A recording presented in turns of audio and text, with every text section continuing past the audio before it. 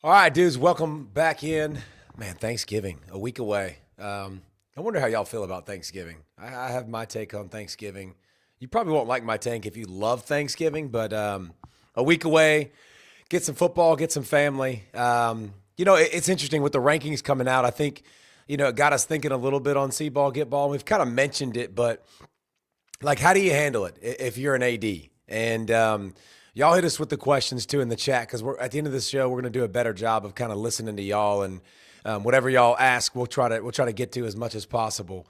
But just the fact that you have teams right now, like if you think about Bama just went obviously from 4 to 10. And Bama went from 4 to 10 because Bama scheduled FSU. Now, FSU is not a great team, but the history of FSU and who they are and what they are and playing out of conference, it was supposed to be a big game because of that. And Alabama lost. If Alabama scheduled, Little Sisters of the Poor or directional Alabama or directional that, then maybe they would have won. And then maybe the season's a little bit different. Like, I think the coolest thing to start this season compared to most other seasons were, like, we were jacked up out of our minds for week one.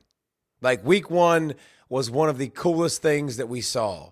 And if we're going to vote like this as a committee and we're going to place the premium on the losses, then I don't think we're going to get those matchups. Like, why not go Indiana route? Why not? That's what SMU did a year ago too, but why not go those routes like Oregon this year? Like, why would I really go challenge myself and play a great team and even not a great team, but a team that has great individuals, because then they can beat you. They can take you out. Like, why would I go on the road when I could pay someone to come to my house? A la, Alabama, who went to FSU and it was nasty and it was gross and it was at their place and things got weird. But like Signetti talked about it before the season. And I think it was one of those things that we kind of like, all right, it was a Signettiism, right? Like it's one of his things, but he was like, I'm doing what all the other guys do. Now, the other guys aren't doing that. I mean, think about that week one we saw. Like, now we thought Clemson, the Tigers, go Tigers. The Tiger matchup for Death Valley was going to be great, but you had Ohio State and Texas. You had Bama and FSU, just like big Titan, clashes. Like, those were so much fun. And I think that if we're going to place the loss as the importance, like the lower losses in the loss column, then I think we'll lose some of that. And so it's not a big rant, but it's something that I feel like it is important for us, man, because I think I want to see the best games. I want to see the biggest schools play out of conference. I've long been a proponent, and I'm going to say this one more time. I would love to see the conference versus conference. They do it in basketball every single year. It's pretty clear who the two biggest and baddest conferences are in college football. Now, the Big 12 is definitely having a good say about possibly getting multiple teams in, but like Big 10, SEC. But I've also talked about the out-of-conference. If you're going to have 4 out-of-conference games, well, have crossovers with every league. Like, every team from the SEC plays an ACC team, plays a Big 12 team, plays a Big 10 team. Now we have a round robin of more data, more things to look at. Notre Dame's a perfect example. Like, should Notre Dame have scheduled A&M? Should Notre Dame have scheduled Miami? Like, if Notre Dame schedules, a directional school that they're going to beat because of their talent, look at where we're at. Like, Notre Dame's literally in, and people complain about Notre Dame's strength of schedule. Like, but they literally could have done that. They could have not challenged themselves at a conference at all, but they did choose to play Texas A&M, to play Miami. And we were the beneficiaries of that because we got that on Monday night after those other games that I mentioned. Like, that's when we got week one, man. Like, and I think the way we're going, you might not get that week one. So if the committee wants to do this, just realize, man, it's not going to be the most fun situation for all of us. We lose. Like, we lose out in the end. And that sucks. I don't like that. I'd rather have better games. So that's my little rant on scheduling and what we're learning about scheduling and how we can use it now in the future. All right, there's a big whale fish that's in the portal reportedly now. And Sam Leavitt's a dude now. And we saw him with Arizona State and Scatterboo, and they went on a magical run last year. And it was really, really fun to watch. And, they came so close to beating Texas. Interesting 0 blitz at the end of the game. Besides that, on 4th down, Texas survives. But Sam Leavitt coming into the season was one of those guys that we talked about, man. Like, this is one of the best in the business. And I'll say this, his talent doesn't take a back seat to a lot of people. Like, just sheer talent. And I'm sure Brent's got some numbers. I probably should have told him to get some numbers on Leavitt. If he does, that'd be great. But, like, just the numbers of him last year, because this year has been a mixed bag. This year they obviously haven't been as good. He's been banged up. He's been hurt. Now, before that, like, fairness, before he got hurt, he still wasn't playing at the level he was a year ago.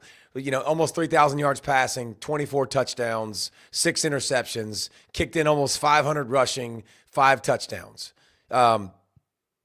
That's pretty dang good. And I think the stakes now is who's going to get him. But this dude's got something different about him. I will say that. Like, I love the dog, man. He's got some I'm not going to say the word, but he's got some, like, blank you in him, right? Like, he's got a lot of that, man. Like, he's got a lot of the cojones, and he is not scared. And what he said to Quinn Ewers a year ago, remember, like, I don't take a backseat to Quinn Ewers. And he went out and proved it. Like, he runs it like he stole it. He runs it like a running back, extremely athletic, extremely big arm. And this is the NIL world we live in now, which I think is another thing that's going to be a consequence or something that we're going to see more and more of. Like, why would he go to the NFL? He could go to the NFL. He could be a 2nd-round type pick. Like, he might be a late 1st-round pick. And in this draft, actually, he probably will be a 1st-round pick. Like, depending on what Mendoza does, who can come back, and Simpson does, who can come back. But those two guys are like the top of the food chain. So I would be surprised if they come back. But, like, Sam Leavitt doesn't take a back seat talent-wise. Now, when it comes to timing, getting the ball out, seeing it, throwing it, like with RPOs, I think he's really good. But most of his damage I consistently see him do is off script, off schedule, like really, really hard to stop. And that's a skill set. But that can't be the number one skill set. Like, if you're drafting a kid, it's not like, oh, I love the way he plays off script. No. It's got to be, I love the way he can play within structure. Because now you're playing with a bunch of freaks that can catch you, right? Like a bunch of dudes that run as fast as you do. The booger eaters are gone, right? Like those kids that could. And so now you've got better guys chasing you, better systems, better schemes. Ball's got to come out. And I don't think that's his strength. But I do think he has the upper echelon arm talent. He's got the something inside of him, man. Like, he's got that grit and that it about him. But obviously this year has been kind of a black eye for him. But I think it's interesting. Brent, you can add anything you want with numbers wise with Leavitt if you want. But before we talk about, like, the destination spots, because I've got some pretty strong opinions on where I think he goes. I can tell you the school right now. Like, I'm going to tell you the school he'll go to. Like, and I feel extremely confident, but I'll also give you a list of other teams that I think will be in the sweepstakes and should be in the sweepstakes. He's not in the portal yet. He's going to be. Just we got to throw that caveat out there. This is more of a likely than a. We're talking. The reports are pretty strong about him being shopped. So. Which I think also points to his coach not being there. Well, I think that's something that might matter in terms of where he ends up. But I'm gonna get to a rant later about, like, the fact that we have to do this crap right now. Like, it's absolutely asinine that we're talking about kids in the transfer portal, and it's about to come in waves throughout the next month. And, like, we shouldn't be talking about this during football season. The calendar is absolutely stupid. Like, we'll get to that. But just Sam Leavitt and what you've seen from him and his numbers, maybe some of that stuff that you got, but was his turnover worthy play percentage almost more than doubled. And the biggest thing, when it's a lot of their offense and what they have this year as compared to obviously what they had a year ago with Scatterboo, but his performance in a clean pocket is usually a stable metric, like year to year. For quarterbacks. Like, it's something that year to year is relatively stable. Very much a dip down this year from him. And when you're not performing well in a clean pocket, like we've seen how great he is under pressure. Yep. And that's one of the things that for him has been consistent. He handles pressure relatively well. He thrives under pressure. Yeah. He's the best version of himself by far because he's a freak and he's competitive. He's like Nick Cage in The Rock. He loves pressure. He eats it for breakfast. Eat it for breakfast. But when you don't perform well and consistently from a clean pocket, that makes your offense inefficient. And you see the ups and downs, and that's what you've seen from Arizona State this year. Yeah. And I think when you think about Leavitt possibly transferring and going somewhere else, you also think about like last year he played with Scattaboo, but think about putting him with more talent across the board and think about what you could get out of him. Like that's right. Another part of this that you start like the quarterback is the most dependent position. Like you got to have a good offensive line. Like you got to have good guys to throw it to that can get open. If they don't get open, it's really hard to make throws. Like it's just it takes all people helping you to be successful, from the line to the receivers to the tight ends to the run. Everybody has to be involved for you to be really good. Like receivers are a little bit different. Every other position's a little bit different. Quarterbacks are they have to sit in there and depend on someone that might not be very good to protect their blind side. That's not a whole lot of fun. Like that can't be the most enjoyable thing when you play with a really good defense versus where you don't, like, because you have to take more chances. So I think when we get into all this stuff in the future and all these portal guys, one of the things to keep in mind, like some of y'all don't like the transfer portal, and I don't care if you don't like it or not. Like that's your prerogative. Like sometimes the coaches are wrong too. Like the coaches don't play the right guys. Very much the coaches don't see it. The coaches think you're this. And there's a lot of coaches, when they think you're this, they can't make you this. Like they just won't do it in their head. And so I think it's interesting that what you know from him, like, and what I know I'm getting, certain systems I feel like right away make a whole lot of sense. Like a whole lot of sense. But Indiana's been very much in the QB market. Dynamic. Cignetti's proven what he can do. They're going to spend some money on that spot because they have, which is smart. You should spend money on that spot. Now, if I'm Leavitt, okay, Cignetti runs a lot of things that can help me go from being a good player to a NFL player. So I think I've seen the last two guys have a lot of success. Indiana makes the last two guys have been good, and Mendoza's about to be a top 2 pick, probably a top 3 pick in the draft. So I think Indiana is a team that makes sense. I might push back on that a little bit. Go ahead and push back. I think some of their offense, like the RPO-driven nature of a lot of those things, it's not a lot of NFL translatable type things. You got a small window, small sample size to me of things that are truly – Mendoza's more about the skill set and the metrics and the height, weight, speed, arm strength, all the sort of things that he can do there, as opposed to he's playing in a pro-style offense. I think he definitely has to make reads. He stands under pressure, takes hits, which you have to do. He throws a back shoulder ball that will absolutely translate to the NFL, and everybody will be absolutely jacked about. The arm talent does not flinch, and the mobility and the RPOs are more in the NFL than they've ever been. So, like, I'm not saying he's Tom Brady, like he's going to sit back in the pocket and be a pocket passer. I think you're stupid not to use him, but he also has the second play, what you love now, like playing that second and third play. He has that ability. And when he gets in when that dude gets in the open, good Lord, like you don't want to tackle that. Like it's a bus. It's a big school bus. It's Ben Roethlisberger type stuff, man, but with more speed. Like that's what it is. Like you don't know that smoke. If you're looking at possible destinations for, saying he does end up in the transfer portal, which you said he will, Indiana's going to lose like Cooper and Surratt. Yep. Like they gone. So you better have others if that's where your destination is. Well, we'll go to the next name on the list, Miami.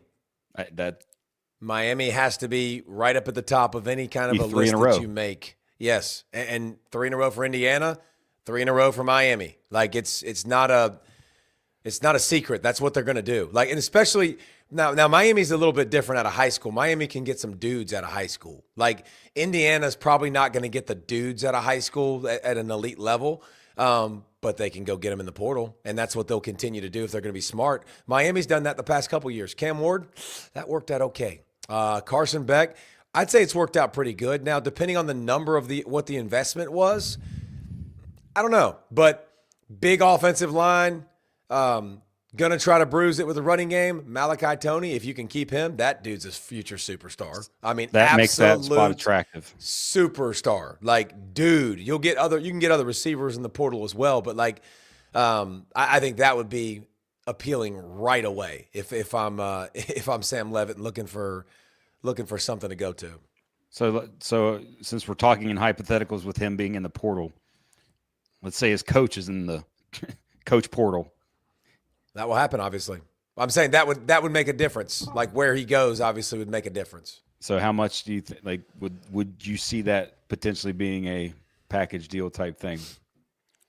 Well, I mean, we've seen that before. Not necessarily a package deal, but I mean, we've seen that before. Yeah, I mean, it's definitely going to be part of it, just because you have the relationship deal, and that's the thing. We're talking about all these portal questions, which is stupid because we're talking about this during the season, and it's going to continue to be a problem because the portal's opening up in a little bit when the season's still going. Like, playoff teams are still competing. Like, what the heck are we doing? Like, this is, and some people don't agree with me, and you don't have to agree with me. I was very clear, man. This should be before spring ball. I have no clue why this is right now. Like, high school recruiting, I'm fine with. You're still double dipping, so be it. Everybody's recruiting high school. Like, there's people that are going to be out of the playoff that now get to recruit, go spend, go get their budget in line, go do all. I don't understand that. Like, I don't get the point of how that's even a thing. It's stupid. We need to fix it. I don't like complaining about rules and refs and stuff like that, but eventually you get to a point, just like with the SEC, you're like, all right, I've seen enough. And then just with this, and you think about the calendar and what everybody has to go through right now, like you're recruiting coaches who are probably going to bring a bunch of players with them. You're trying to figure out your roster. We got the whole Lane Kiffin fiasco now that's going on that I don't even know what to think. Like, obviously, where there's smoke, there's fire. There's not an extension for a reason. There's more coming, I'm sure. But, like, I love Lane. Lane's a stud. Always been a big fan of Lane. The one thing you know about Lane and his personality, like, Lane loves this. Like, Lane loves to be the guy. Like, he is the guy. Like, he's awesome. He's a stud. But, like, he doesn't mind this. He doesn't mind taking shots and stuff on social media. Like, that's what makes Lane Lane. That's why he's a great coach, because he relates to these kids so well and has fun and kicks it. Like, but there's not a single part of this that he's like, man, this sucks. Like, this is terrible. Like, this is his element. Like, I think he can thrive in this as well as anybody. But you just can't convince me in any world that we're doing this game where transfer portals and recruiting and all this stuff are all happening within a month of each other while the season's still going on. Like, I'm out. So, DP, the interesting thing is also the timeline of playoff contenders, players that make it into the playoff. So if Lane, let's say hypothetically Lane makes a run, he's still with Ole Miss. Hey, keep your shirt on, man. What's going on? You're repping the Titans tonight. So let's say he makes a playoff run. Let's say they get bounced semifinals, quarterfinals. All of Ole Miss's players have an additional 5 extra days to go with him. Any of those players that he wants to take if he takes a different job, and Ole Miss has no time to replace him. No. And I do think that the way they've done it is a good thing. It is a good thing for the portal to open back up for folks, because it's not fair to kids to go, hey, like, I signed up for this guy, for this coach, because of this relationship, because of this system, because you are looking for a fit as a player. And then that guy leaves. Like, I don't think that's fair. I do think you should have some form of a window to be able to leave. But the timing of what Wes just talked about, like, what the heck are we doing? That doesn't make sense to do that in the playoffs. Like, Other teams are in the playoffs. Other teams are playing. You're recruiting. Remember SMU last year? It was Preston Stone, wasn't it? Like, the dude is going somewhere else. Like, okay, I'll hang around, but like the dude's going somewhere else. Like, as soon as the portal opens. Like, I don't get that. It doesn't make sense, and surely we're smart enough to fix it. We're going to extend the playoffs. We're going to continue to tweak the rules and the transfer portal and all that stuff that comes with it. And there's a lot of legislation that's coming, but I don't know how coaches deal with that. I really don't, man. I mean, that's just – it's got to be infuriating, and they got to find somewhere to figure it out. But back to Sam Leavitt, real quick, put a bow on it, wrap it up. Trip Hicks said he hates FSU. You can hate FSU. I think FSU is another name to consider for Sam Leavitt. Like, haven't fired their coach yet. He's there. They've been going the quarterback route and had success with Jordan Travis. Tommy had some success. But think about FSU. The system, it would allow him to flourish, to thrive, like with Gus. I think that's a system that you've seen a running QB have a lot of success in. That's one of his best gifts is. Now, developing him for the next level, maybe not. But FSU, just the name, the history, the QBs. But, I mean, y'all can chime in there, whoever wants to chime in on this, but the spot is clear to me. Like, it's the biggest bag. It's Texas Tech. Like, why would it not be a conference that you're familiar with? Why would it not be a team that happens to have cheddar, like straight cheddar? Like, they can spend it, man. That, like, they can do it. They can spend it at a high level. Morton's leaving. Now, listen, they invested in Hammond, but he's coming off of an ACL. I don't know. You think about having Leavitt for a year. That could disrupt Hammond, but like I mean, they are a team that is absolutely willing to spend. They showed it last offseason, and good for them. I'm not hating because that investment has turned into winning, and they're going to the college football playoff. So I don't have a problem with it. I got no problem with it. You got something to say, Wesley? Come on. Did you get it all off your chest? I got it off my chest. Yeah, I'm good. Right. All right, I'm good. Let's get to some Podium Kings. We got some good comments coming in, by the way, on X and here in the chat on YouTube. So y'all keep that coming. Y'all are our guest tonight. So we're going to have a nice, fun rundown at the end of the show addressing everything. We're not holding back. We're not editing y'all.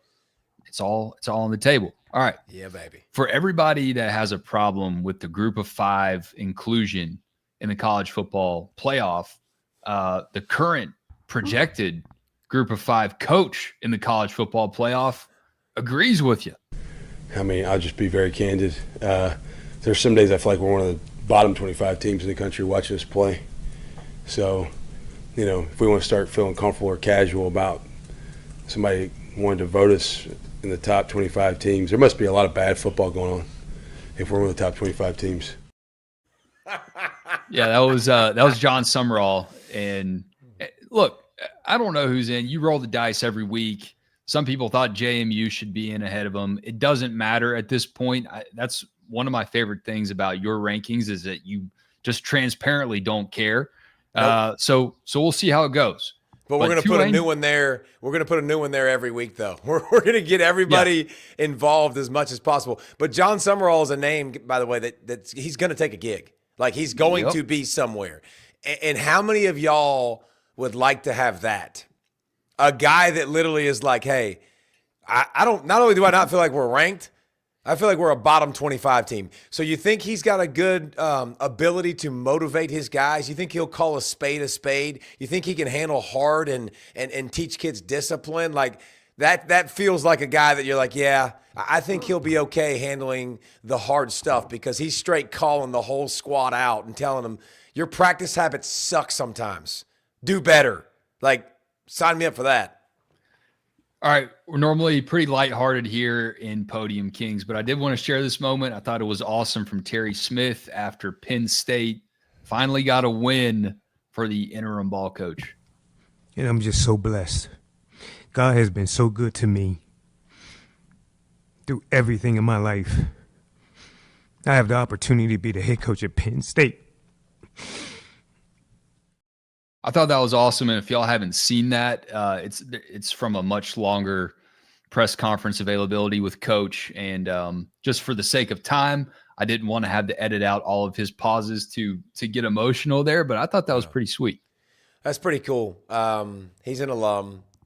You can tell it matters. Now, if you want to go on the reverse side of that, his halftime speech was fantastic. Like he went ham on everybody, which was awesome. Like going out there taking responsibility. But man, it's cool to see and be reminded of like how much, like Terry Smith's been around a long time, and to get this opportunity at his alma mater, like that's big time, man. Like it means something to him, and that's really, really fun to watch because there's so much money in the game. There's so much ego. There's so much of all that stuff that goes on. But like you can just tell for Terry Smith, man, that hits different, and that's really cool. All right, the next one has been talked about basically all week. It's Kirby talking about, running away from hard opportunities, but we haven't played it yet on the show. And I wanted to really give you the opportunity to react to what Kirby had to say here. A lot of rivals kind of hating on Kirby because some of this quote doesn't make sense, but I still think it's awesome. We schedule them. The ones that want to leave, we schedule them. We try to get them on the schedule because when they want to leave because they're not physical, that means they're probably going to a place that's not physical. We like those places. We like to play them. We prefer them, actually, if you can get them on the schedule. So it's one of those deals that you don't run from hard in life. You run from hard in life, you'll find more hard. Brent's UGA sports colleague, Roddy Nabulsi, asked the question about how Kirby balances the line between keeping a physical program in an era where everyone wants to get paid and guys maybe wanting to leave. And that was his answer. What do you think about it, DP? Well, it's harder than ever right now as a college coach to create accountability and hold people's feet to the fire. Like that's a really hard thing to do because kids can leave. Like they can pull the parachute and they can go somewhere else. So the fact that you choose to be hard and you choose to be physical, there's going to be consequences to that. But I also think that there's some truth too. And when you say specific people don't like that and they don't like being talked to a certain way, and they will go somewhere else. So what you are left with sometimes are players that sometimes they're not as talented.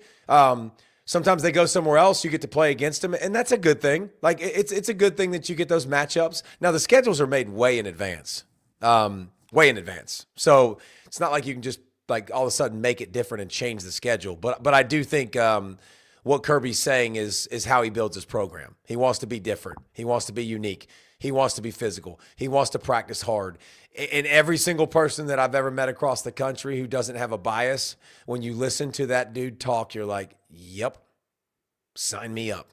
Like, I want to run through a wall for him. Like, that's my kind of coach because he's got so much conviction. He's got so much, like, you've heard the pregame talks for the national championships and some of those that have been leaked, man. Like, he knows how to get a response. And I think that accountability he creates sometimes, sometimes it can backfire. Sometimes kids don't like that, and that's okay. And that's why the transfer portal is available and open. I think that's something that you go to a school and you're like, all right, this is not what I thought it was going to be. They don't necessarily believe in me. I can go somewhere else. So there's all kinds of reasons to transfer and to go somewhere else. So, all righty, man. Let's start our questions there then. Sean Walker in the YouTube chat asked, do these players think that declaring early for the transfer portal is a good thing? As a coach, any player that isn't hurt should be seen as quitting on their team. Who would want that player? Look at Boo Carter and all that fallout with Tennessee throughout this week. And I mean, that's an extreme example, I think, but it's a good point. I mean, the portal's, you got a few weeks. Why declare now, right?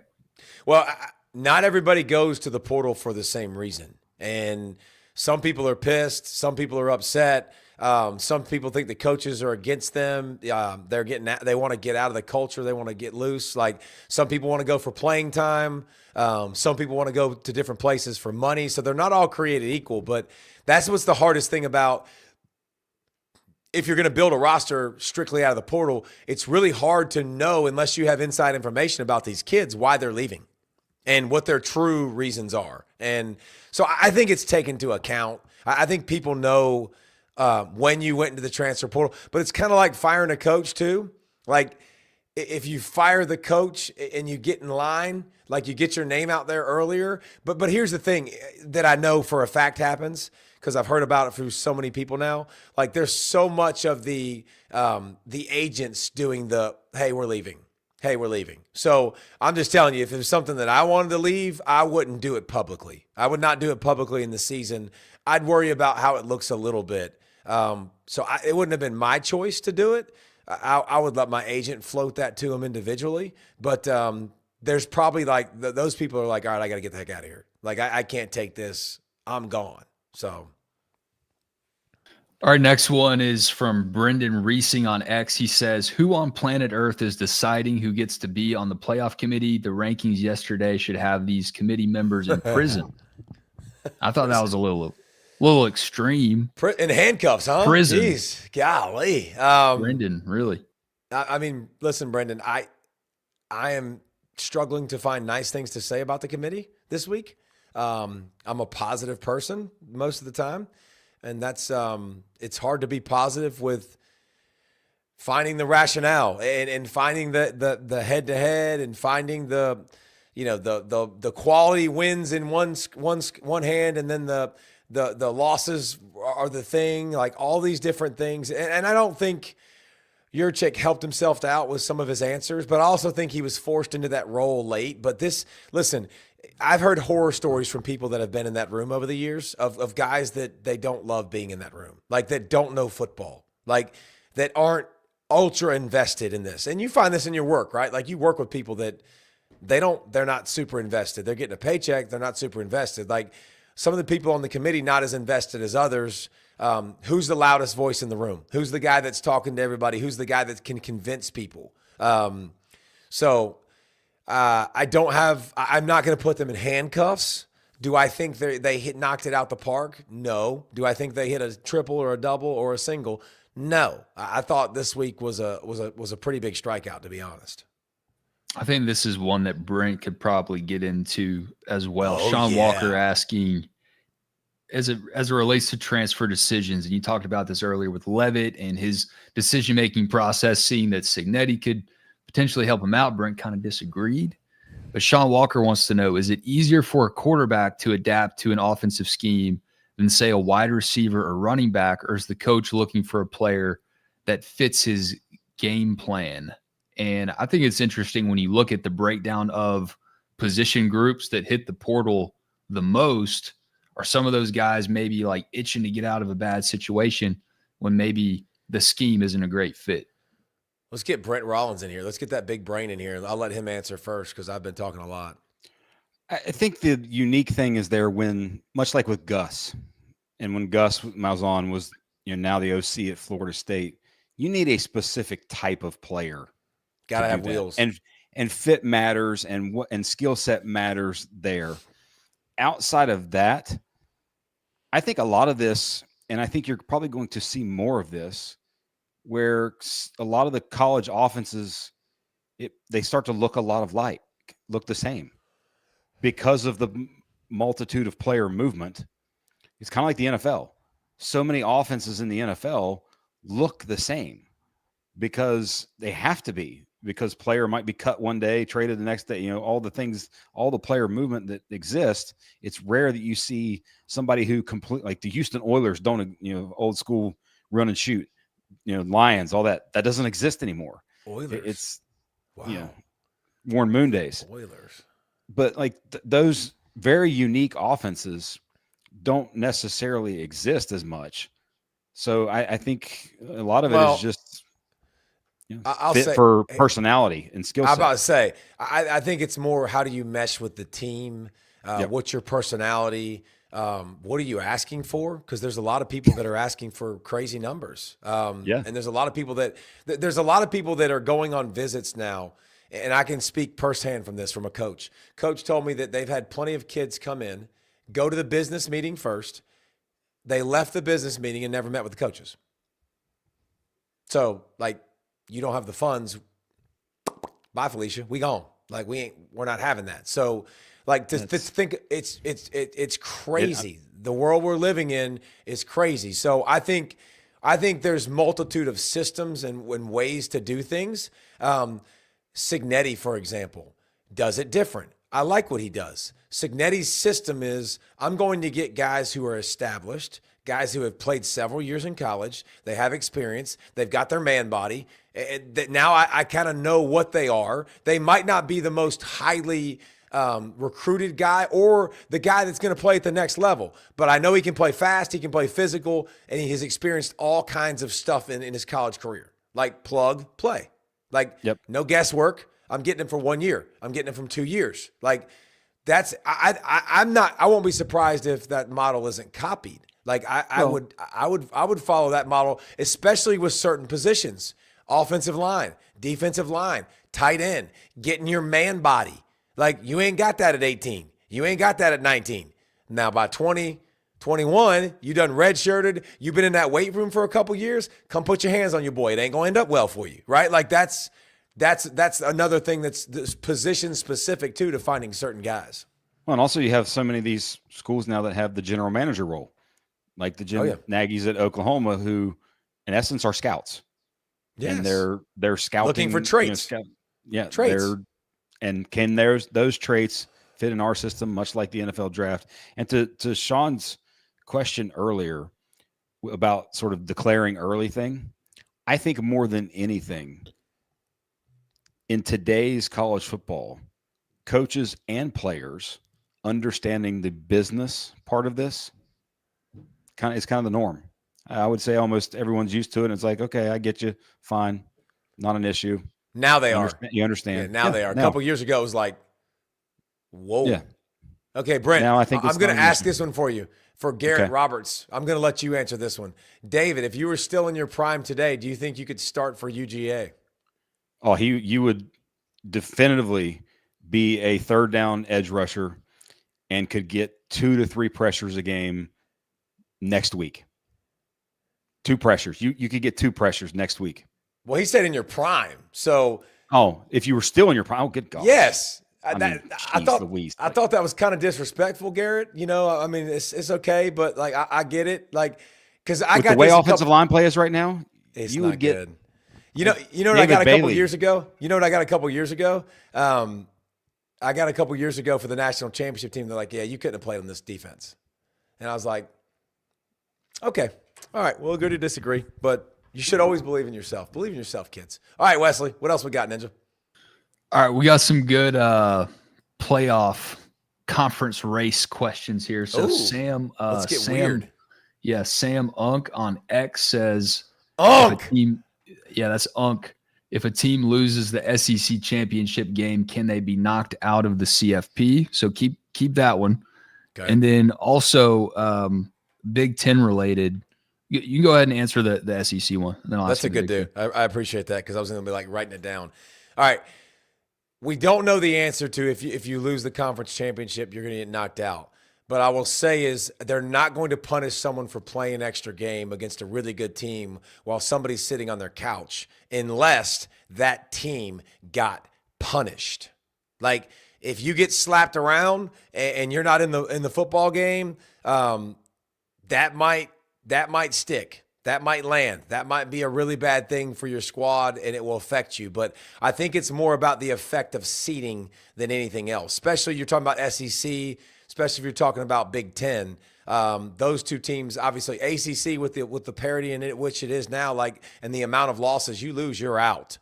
Big 12 now, they're in that mix too because depending on who wins, there'll be other teams. But I think the way it's played and how the result is will probably be the biggest determining factor. The loss, I don't think it should matter. I don't think it's going to matter. But this committee is also showing us that losses matter. So who knows? Maybe they can do that crap too. Good Lord. SEC follow-up really quick. Yes or no? Think back to the FSU situation a few years ago. Would Ole Miss still be a playoff team without Lane Kiffin if he took a job before the playoff? With one loss, they won the Egg Bowl? Yep. Yes, 100%. You can't take that opportunity away from the kids. 100 million %. And Lane, I'm sure, could possibly do the thing that you've seen people do is stay on. Multiple times you've seen people. Lane did it. He stayed on Alabama until he got kicked off by Nick because he couldn't behave. That was several years ago. You have to let that team in. It would be a different team. It wouldn't be the same. It would be unfortunate for them. This is all unfortunate for Ole Miss, man. Like, I hate this for Ole Miss because they're having one of the best seasons ever. And they invested in Lane and they believed in Lane. And now it's like, oh, man, like, we don't know if he's going to be here. All this attention is not good for us. Players are looking around. And here's the thing, when you have to answer the questions all the time in the locker room, like it becomes exhausting and it does weigh on your team. And you do start to think about it, no matter how good Lane handles it, because Lane is really good at that, man. He's good with people, especially his players. We don't get too hypothetical too often, but JG is giving us an excuse. What kind of chaos will unfold if USC beats Oregon this week? Jay sees USC jumping BYU, Utah, Vandy, and Miami, and Oregon probably won't fall too far, and Miami fans will hit max crash out mode. I mean, I think that's realistic. Like, if USC jumps, now listen, we'd have to talk seriously about Oregon, but then the committee putting him at 7 ahead of several 2-loss teams, like, it shows the respect for them.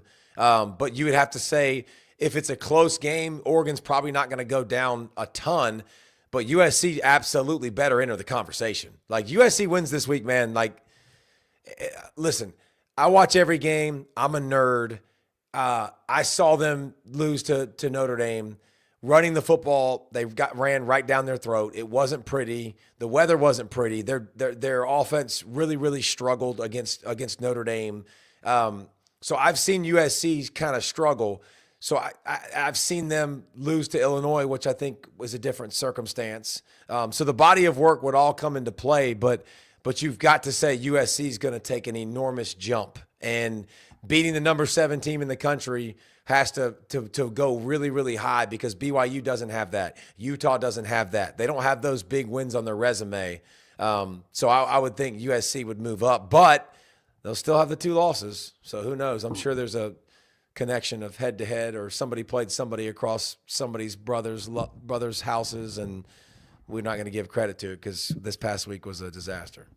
The Notre Dame haters are going to flip their lid if USC wins, because that's a good feather in the cap. All right, I got 2 more. Shy Collie on X says, "Why does your excellent show?" So we start up high with Shy Collie. That means it's coming around the back. It's coming way down. Why does your excellent show have such a dumb and cringy name? So let Shy Collie know why our name is so great. All right, my man. Like, I played defensive line, hence we talked about it in the chat.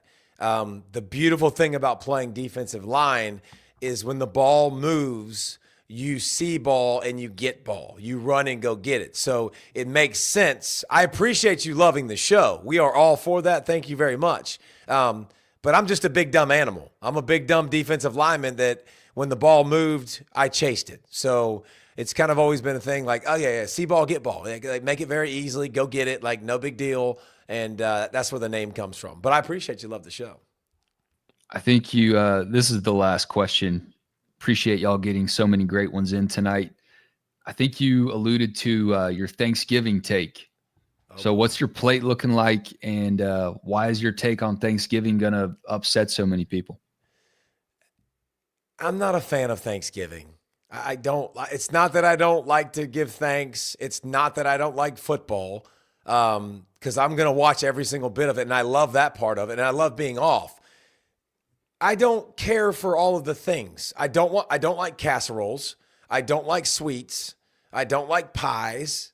I don't like any of that stuff. So, like, I know that there's everybody that has their dish and their thing. Like, give me some turkey, and I'm good. Like, I don't need anything else.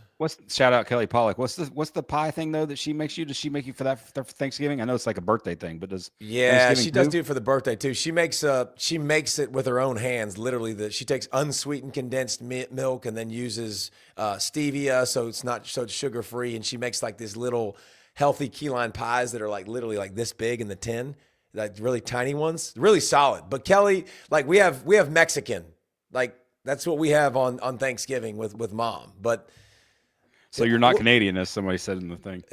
I'm not Canadian, but like it's like it's Christmas time. Like it's Christmas time already. Like as soon as Halloween ended, Christmas began.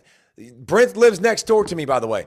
His house is absolutely decked out. Like it's got Christmas Lights. all through it. His lights are on. My lights are on my house. Like it's Christmas time, man. Like now listen, there's a very specific way to listen to Christmas music. You do not listen to the classic Christmas music songs until December. If you're doing that, you're wrong. Like I'm sorry, you're Fine wrong. classic. The classics are like Bing Crosby and Andy Williams and like Sinatra and Bublé and Mariah Carey gets in that mix. But Are you like just old? yes, 100%. If you're saying Bublé is classic. Bublé is classic. Like He's sort of new school. but like the In Sync, by the way, goes in that classic. Like In Sync is very much in that classic. Now, Pentatonics doesn't go in there. Pentatonics is right now. We're all free with Pentatonics because it's feel good, it's jammy. Like I love the beats. My son's always like, man, how do they not use instruments? This is amazing. Pentatonics are fantastic. But you can't like the other stuff, man. I need to hear those and specific songs, just like all the other songs that like all the good songs that they've all been done for years and years and years to come. Those classics, man. Like I want those during the Christmas season. And Pentatonics, they put on a great concert. So if anybody ever wants to go watch a great Christmas song concert, it's a great concert. Oh my gosh, I love JB. Die Hard is 100% Die Hard is a Christmas movie. Like my wife gets so ticked at me she's listening right now, I guarantee, and she's so mad. She's like, there's killing. How can there be killing in a Christmas movie? I said, baby doll, it's set in the scene of a Christmas party. I said, yes. There's a Santa Claus hat. There's Christmas music. Now ho, ho, ho, on a terrorist and all the other stuff that ensues. I get it, but like it's absolutely a Christmas movie. All right, so let's at least clear one thing up from the Thanksgiving discussion for you. Okay. You did say turkey, so you are turkey over ham. 100,000,000%, and just regular turkey. I don't want the glazed and the sugar and all that stuff. I don't need that. Like I just want regular turkey. What about you? I go with both actually, but I either. I'm not really picky. I'll go with both. Do you get just to the make sure food? mashed potatoes, corn, rolls, like all that stuff, and Mac I'm and very much cheese? somebody. No, that doesn't usually make our Mac and cheese is a big thing for Thanksgiving. I know. Like, would you get collards or anything? Is there any green beans or collards? Yes, usually throw some green beans in there. But the thing for me that I love more than anything about Thanksgiving is literally mixing everything together. Like just All of food? it together. Yeah, just No. and sometimes even with the No. rolls. That's a casserole. all the food on the roll. Like no, No, you don't mix phenomenal. food. It's all You good. You put it all together. everything in its place. Like you don't know. I don't do that either. I don't like that at all. Like Brooks says ham all day. I get it. How about our Kyle Morrow gave us a little skillets. Oh, come oh, Emmanuel. That's I don't know if I've heard that. Like my Christmas music playlist definitely is thousands of songs. So Yes, just it's a lot. this time of year we skip though. Again, we skip the traditionals, but skillets. Oh come Emmanuel. If that's fire, Kyle, we might throw that fire on the playlist tonight, baby. Check it out. Chestnuts roasting on an open fire. We might put that on the fire. I like that. So we'll be interested, guys. We'll see what your takes are. Maybe we'll have some good Thanksgiving takes about what your favorite foods are and dishes. If you like that stuff, if you like all that food, we will be back Saturday.